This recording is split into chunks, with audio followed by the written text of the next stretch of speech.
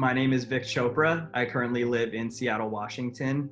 I was incarcerated for 5 years, and I'm currently the co-founder and director for Unincarcerated Productions. So the idea for this series came about after having several conversations with folks in my network and other formerly incarcerated individuals, and we realized that with our current collective situation, we are pretty much unexpected thought leaders, because who better to give tips and advice and be a guide on our current state of lockdown than the unincarcerated. And by unincarcerated, I mean any human that has been freed from incarceration or bondage of any kind.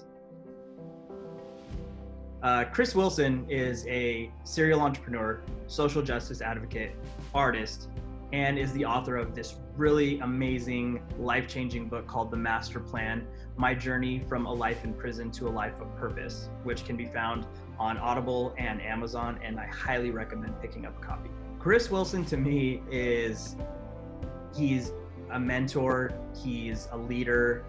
He is really paving the way for those of us that have been incarcerated to really not only make an impact within our own lives, but in the lives of others. And he's just an awesome human being that I look up to with so much respect.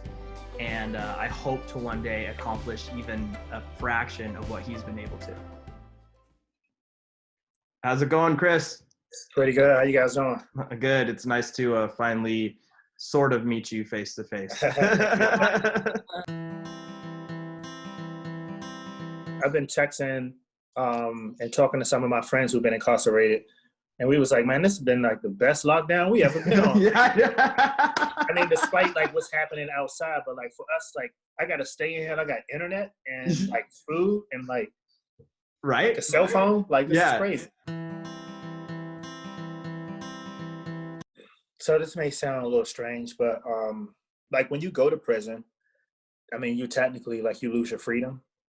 You lose a lot of like your comforts. You can't just pick up the phone and call someone whenever you want to, all those things. And then even when you're in prison and when you go on lockdown, or sometimes they come in and they take everything from you, and you're just in a bare cell, or they put you in solitary confinement. And you kind of, if you're lucky, you kind of learn how to do without. But I had to program myself to not just like have to have like the comforts in life. Just like to program myself to be able to do without, right? It's like all I need is like my books, some scratch paper, some flashcards. If it comes down to it, as long as I have my freedom, I can go back to eating ramen noodles every day.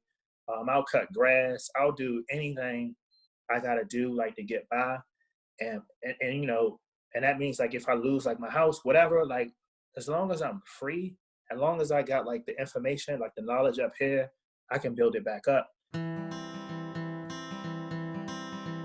And so a lot of people are taking hits right now. Some people, like my friend she had to lay off all her employees and shut her company down.